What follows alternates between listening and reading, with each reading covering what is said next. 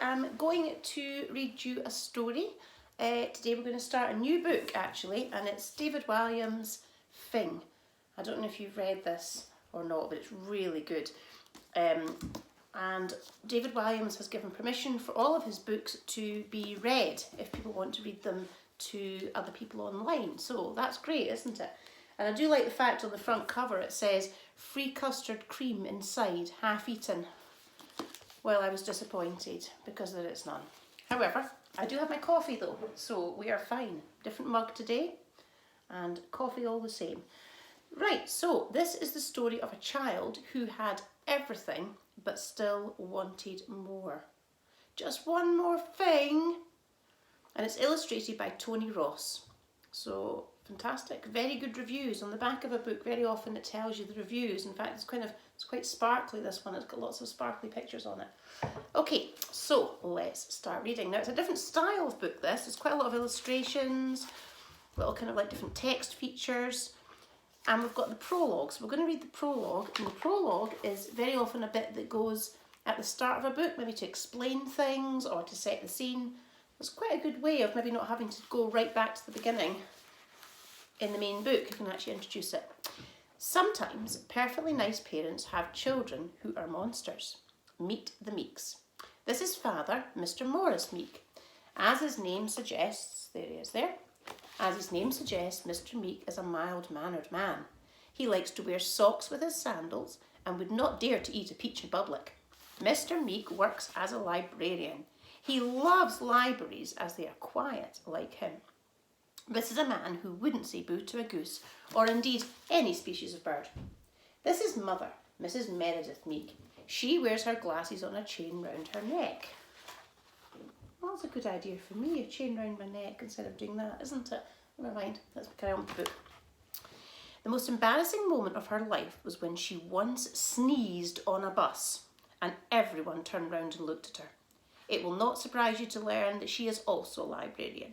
Meredith met Morris at the library. They were both so shy that they never spoke a word to each other for the first 10 years of working there. Eventually, across the poetry aisle, Morris and Meredith fell in love. And some years later they were married. And some years after that, they had a baby girl. This is their daughter, Myrtle. Now, you might be thinking that there's nothing sweeter than a baby girl. Wrong! And there's a picture of her there. Look at the big screaming face there with one tooth. Wrong. From the moment she was born, Myrtle was an absolute horror. Whatever she was given, dummies, cuddly toys, rubber duckies, the baby demanded more. In fact, her first ever word was more, and she uttered it on the very day she was born. It was more milk, but maybe Myrtle was demanding, even though she'd already guzzled a gallon. More was the word the infant would say over and over and over again. More, more, more. Now, being meek by name and meek by nature, Morris and Meredith didn't dare stand up to their monster of a child. Whatever baby Myrtle wanted, baby Myrtle got. Her parents bought their baby daughter toys and more toys, even though she would instantly smash them to pieces. Bish, bash, bosh. More, more, more. As a toddler, they gave their daughter crayons and more crayons. Myrtle would use them to scrawl all over the walls, scratch, before snapping them in two, snap. More, more, more. As she grew bigger and bigger and bigger still, Mr. and Mrs. Meek would feed Myrtle chocolate biscuit after chocolate biscuit after chocolate biscuit. More and more and more. Even though Myrtle would take great delight in spitting the crumbs back in their faces, splurt. More, more, more.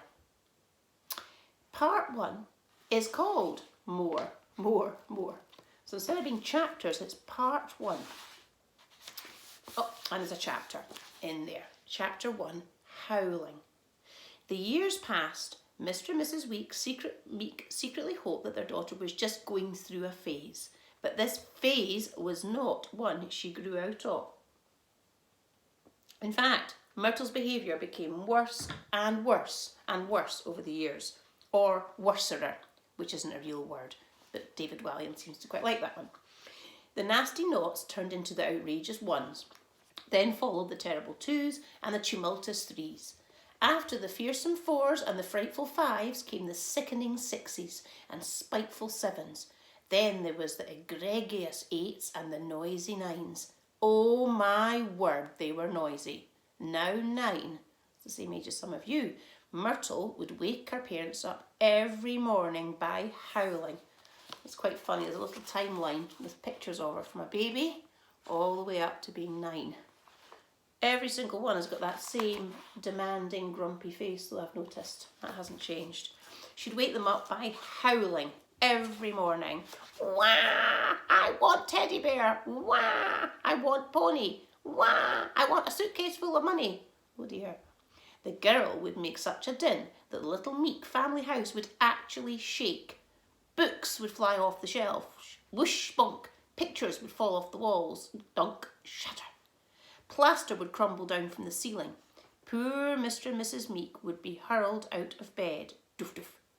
They would scramble to their feet and immediately run around doing their daughter's bidding. They gave Myrtle everything, but everything was never enough.